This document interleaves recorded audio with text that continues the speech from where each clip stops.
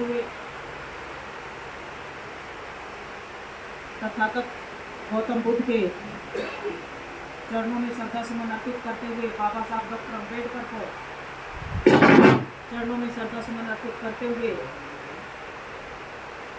आज की इस कैडर मीटिंग में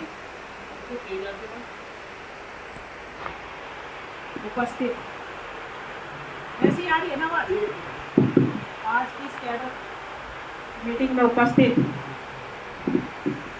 आदर और सम्मान के योग्य मेरे गुरु मान्य अजीत साहब और इस कैडर का सफल रूप से ऑर्गेनाइज करने के लिए भाई रवि गौतम जी और हमारी लोकसभा के प्रभारी माननीय भाई नरेंद्र पाल जी और हमारे बीच में आई हुई सभी मेरी मातृशक्ति, मेरी बहनें और हमारे बीच में बहुत ही पुराने साथी बनवारी लाल अकोदिया जी, जिन्हें मैं पहले से बहुत परिचित हूँ। तो मैं सभी को साथियों जय भीम करती हूँ और अपनी सभी बहनों को आज वुमेन्स डे है, महिला दिवस है, माता दिवस है, तो मैं सभी को शुभकामनाएं देती हूँ, मुबारकबाद देती हूँ। आप सभी को ये मातृ दिवस बहुत बहुत मुबारक। तो मैं अपनी बात शुरू करूँ। यहाँ पर महिलाओं की संख्या ज़्यादा और एक महिला अगर समझती है तो पूरा परिवार समझ जाता है। तो मैं महिलाओं के लिए बात करना चाहूँगी कि मैं भी सारे तीज त्योहार जो हिंदुओं के होते हैं वो मनाती थी। क्यों मनाती थी कि पता नहीं था। और बाबा साहब को कितना जानते थे? बाबा साहब को इतना ही जानते थे कि 14 अप्रैल पे बाबा साहब का नाम ले लिया और उसके बाद कुछ नहीं, पूरी साल जो है हिंदुओं के रंग में रखना। लेकिन धीरे धीरे समझ आई और आज समझ ये है कि जब हमने जान लिया कि जितने भी त्योहार हैं ये सारे के सारे हमारी महापुरुषों की हत्या करके और हमसे उनका जश्न मनवाने का काम ये लोग करते हैं। तो ये सब जब जान लिया तो मैं अपनी जर्नी की बात करती हूँ कि मैं किस तरीके से आज आपके बीच में खड़ी हूँ, किस तरीके से यहाँ तक पहुँची हूँ। तो मैं बता दूँ, मैं बीएसपी में काम कर रही थी काफ़ी लंबे समय से, लेकिन बीएसपी में काम करते करते हमें बाबा साहब का मिशन, भगवान गौतम बुद्ध का विचारधारा हमारे अंदर नहीं थी। तो जो वो चीजें हमारे अंदर नहीं थी तो हमें पार्टियों का भी अंतर नहीं पता था कि बीएसपी क्या है, बीजेपी क्या है और कांग्रेस क्या है। हमें नहीं पता था कि ये किस तरह हमारे लिए कौन सी पार्टी सही है कौन सी गलत है। लेकिन जब हमने साहब के हमसे मिलने का मौका मिला, या यूं कहे कि साहब ने हमें ढूंढ लिया, साहब ने हमें ढूंढा और ढूंढने के बाद में हमें कैडर पे तैयार किया, ये समझाने का काम किया कि हमें काम क्यों करना है और क्यों नहीं करना है। तो जब ये सब चीजें जानी जो मैं अभी आपके बीच में बताऊंगी, तो साहब ने कहा कि आप पहले पूरी तरह से तैयार हो जाओ, उसके बाद किसी से बात करना। तो मैंने साहब की बात को माना और धीरे धीरे साहब से कैडर सीखती रही और साहब मुझे सिखाते रहे। जब मैंने साहब से कैडर सीख लिया तो साहब ने मुझे कहा कि हमारे हिंदू धर्म के अंदर ये लोग जाते हैं, माता वैष्णो पे जाते हैं, पता नहीं कहाँ कहाँ जाते हैं। तो साहब ने कहा हमारा भी धर्म बनता है, हमारा भी कर्तव्य बनता है कि हमारे महापुरुष ने जहाँ जहाँ संघर्ष किया उन स्थानों को देखने का। तो मैं आप सबको बता दूं, 30/9/2017 को मैं पहली बार बॉम्बे गई और वो भी साहब के साथ गई, मेरे हस्बैंड भी गए और भी कुछ लोग थे। तो हम बॉम्बे गए। तो बॉम्बे हमें जाने के बाद, क्योंकि मिशन मैंने सीख ही लिया था, और 30 को हम यहाँ से गाड़ी चलती है नई दिल्ली से, 1 तारीख को हम बॉम्बे पहुँचे और हम बीएसएनएल के गेस्ट हाउस में रुके और वहां से नहा धो के हम जो है बाबा साहब की उस जगह को देखने गए, चैत्य भूमि, जहां बाबा साहब का अंतिम संस्कार हुआ था। वो दादर पे जो समुद्र के किनारे है, वो चीज मुझे देखने को मिली और मैं शब्दों में उस को बयान नहीं कर सकती कि वहां क्या हमने महसूस किया। जिस व्यक्ति ने देश को संविधान दे दिया, जिस संविधान की बदौलत आज पूरा देश चल रहा है, और ये देश आज अगर विदेशों में भी जाना जाता है तो बाबा साहब एक ऐसे महापुरुष हैं जिनकी जयंती पूरे विश्व में मनाई जाती है। इन्होंने जो जिनकी नीयत और नीति ठीक नहीं है, उन्होंने एक छोटे से टुकड़े में बाबा साहब को वहां पर जगह दे रखी है, जो कि मेरे हिसाब से वो इन्होंने बाबा साहब के साथ अन्याय किया है, क्योंकि इन्होंने तो बाबा साहब को जीते जी भी दुखी किया और इन्होंने मरने के बाद भी बाबा साहब को दुखी किया।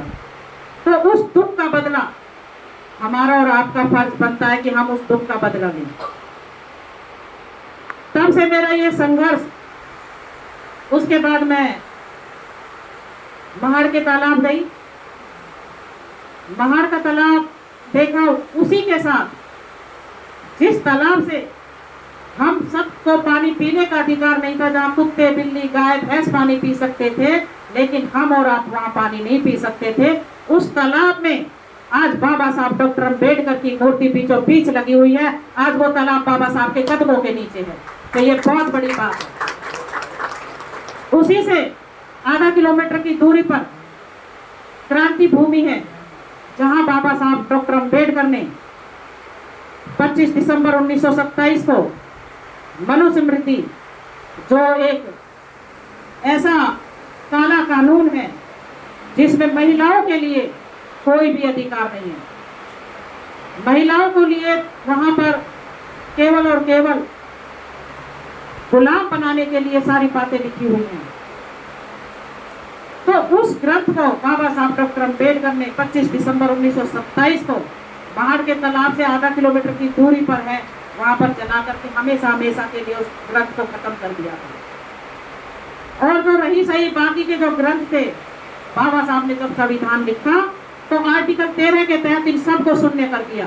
जितने भी इनके धार्मिक ग्रंथ हैं, बाबा साहब ने सबको शून्य कर दिया था। तो ये बहुत बड़ी बात है कि हमारे लिए बाबा साहब डॉक्टर अम्बेडकर भगवान नहीं, भगवान से बहुत बढ़कर थे।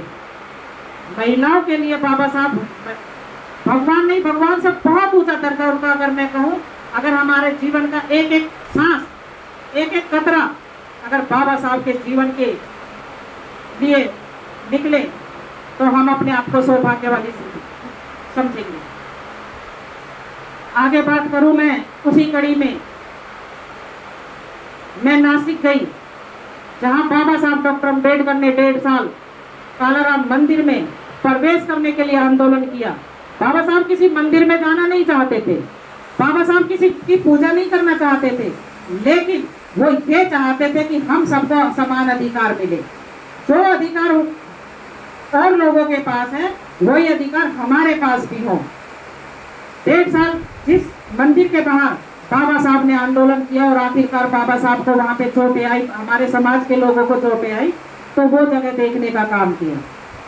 इसी कड़ी में मैं भीमा कोरे गांव गई, जहां हमारे पीछे जो पीछे झाड़ू लगाते थे और गले में हांडी बांधते थे। मैं भीमा कोरे गांव भी 2-3 बार गई हूँ, और मैं साहब का बड़ा आशीर्वाद रहा मेरे ऊपर कि साहब ने ये सब जगह मुझे जो है मेरी पूरी टीम को जो ले जाके दिखाई। तो वहाँ का भी मैं छोटा सा आपको बता दूं, क्योंकि विस्तार से तो साहब बताएंगे कि जो ये प्रथा थी, हमारे 500 सैनिक और पेशवा जिन्होंने ये गंदी प्रथा हमारे ऊपर लाद रखी थी, उन पेशवाओं के 28,000 सैनिक, 28,000 पेशवा और हमारे 500 महार सैनिकों ने 43 किलोमीटर पैदल चलकर भीमा नदी है, भीमा नदी को पार करने के बाद पेशवाओं के साथ युद्ध किया, और उस युद्ध में हमारे 300 लोग शहीद हुए और पेशवाओं का नामो निशान मिटा दिया। 28 से 28,000 को कत्ल कर दिया। और उसके बाद अंग्रेजों ने वहां पर एक मीनार बनाया जिसपे उन 300 लोगों के नाम आज भी लिखे हुए हैं। और बाबा साहब डॉक्टर अम्बेडकर हमेशा उस मीनार को नमन करने जाते थे, क्योंकि वो 300 लोग थे। वो 300 योद्धा ना होते तो हमारे पीछे से ये आज भी ये प्रथा खत्म नहीं होती। तो ये सब चीजें हमें जानने का मौका मिला। और जैसे जैसे हम इस रास्ते पे आगे बढ़ते गए, हमारी इच्छाएं भी और हमारे कार्य करने का जज्बा भी, कार्य करने का मन भी और ज्यादा दृढ़ होता चला गया। उसके साथ साथ बाबा साहब डॉक्टर अम्बेडकर ने 14 अक्टूबर 1956 को धर्म को परिवर्तन किया था। तो बाबा साहब ने 1935 में येवला के मैदान में एक घोषणा की थी कि मैं हिंदू धर्म में पैदा हो गया, ये मेरे बस की बात नहीं थी, लेकिन मैं हिंदू धर्म में मरूंगा नहीं, ये मेरे बस की बात है। तो बाबा साहब डॉक्टर अम्बेडकर ने हिंदू धर्म की घोषणा काफी समय पहले की, लेकिन सभी धर्मों की स्टडी करने के बाद बाबा साहब ने 14 अक्टूबर 1956 को हिंदू धर्म को त्याग दिया। और ये हिंदू धर्म जो बाबा साहब ने ग्रहण किया था तो वो नागपुर की धरती पे किया था। तो जो नागपुर की जो धरती है उस पे भी साहब के साथ जाने का सौभाग्य मिला। और मैं कम से कम भी अपनी छतरपुर विधानसभा से 10-15 लेडीजों को अपने साथ लेके गई और दिखा के लेके आई कि भाई नागपुर की धरती हमारे लिए क्यों देखने योग्य है। हमारे देवी देवता तो ये हैं, हमारे महापुरुषों ने जो संघर्ष हमारे लिए किया है हमें उसे जानना चाहिए। जब हम उसे जान जाएंगे तो हम किसी देवी देवता को मानेंगे ही नहीं। हमें क्या जरूरत पड़ी है किसी देवी देवता को, हमारा उद्धारक तो ये है, हमारा कल्याण तो इन्होंने किया है। तो मैं आपको सभी को बता दूं, मऊ छावनी जहाँ बाबा साहब का जन्म हुआ था, आजकल उसका नाम अम्बेडकर नगर रख दिया है। तो वहाँ भी बाबा साहब की जन्म स्थली है और अब तो वो बहुत सुंदर बना दिया। तो हमें इन सब जगहों को देखना चाहिए। और भी इस पर बहुत सारी जगह है जिन पे मैं आपको बताऊंगी।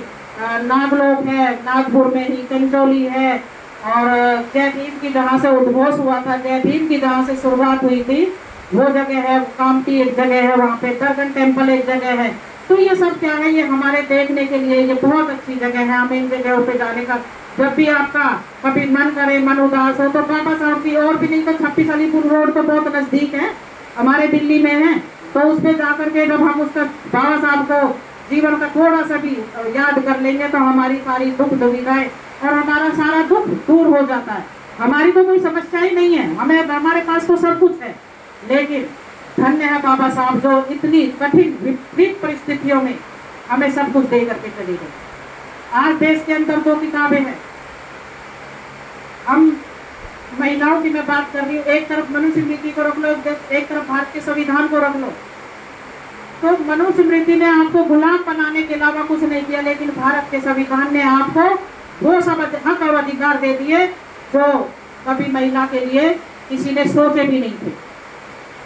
तो मैं यहाँ बात करूँ, महिलाओं को संपत्ति रखने का अधिकार नहीं था, महिलाओं को जो ये बड़ी ना हो कन्यावध का यहाँ पर चलता था पहले, और सती प्रथा थी यहाँ पे, दास प्रथा थी यहाँ पे, और ये देवदासी प्रथा थी यहाँ पे।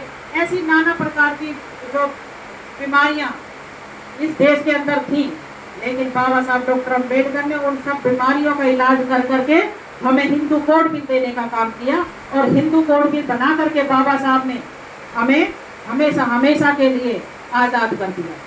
तो ये सोचने की बात है। बाबा साहब डॉक्टर अम्बेडकर ने 2 बहुत महत्वपूर्ण घोषणाएं की थी। मेरे पास ज्यादा समय नहीं है, लेकिन फिर भी मैं 2 घोषणाओं की आपको बता देती हूँ। पहली घोषणा बाबा साहब ने 1913 में की थी, जब बाबा साहब डॉक्टर अम्बेडकर को विदेश जाने का मौका मिला पहली बार। तो वो विदेश में गए तो वहाँ अमेरिका में उन्होंने देखा कि अमेरिका की महिलाएं पुरुषों के बराबर शिक्षा ले रही हैं, पुरुषों के बराबर नौकरी कर रही हैं, पुरुषों के बराबर जितनी पुरुष तनख्वाह पा रहा है उतनी तनख्वाह पा रही हैं। और उनका रहन सहन हर तरीके से जब देखा बाबा साहब डॉक्टर अम्बेडकर ने, तो वो बड़े अचंभित रह गए कि मेरे भारत देश में तो महिलाओं को केवल गुलाम के अलावा कुछ रखा ही नहीं गया है। उन्हें घर के काम करने, घर से बाहर निकलने नहीं दिया जाता। तो ये जो इस तरह की व्यवस्था है, तो बाबा साहब ने प्रतिज्ञा ली, बाबा साहब ने एक प्रण लिया कि मैं भारत लौटूंगा और मुझे अवसर मिलेगा तो मैं महिलाओं के लिए, आज़ादी के लिए काम करूंगा। क्योंकि इस देश के अंदर, किसी भी देश के अंदर आप चले जाओ, महिलाओं की आधी आबादी होती है। महिला की कोई जाति नहीं होती, महिला महिला होती है। अगर एक महिला किसी शर्मा से शादी कर ले तो वो महिला, एससी की महिला अगर शर्मा से शादी कर ले तो वो क्या लगाएगी? अपने पीछे सरनेम शर्मा लगाएगी। अगर शर्मा की लड़की एससी से शादी कर ले तो वो एससी का सरनेम लगाएगी। तो क्या कहलाएगी? फिर वो जाटव कहलाएगी।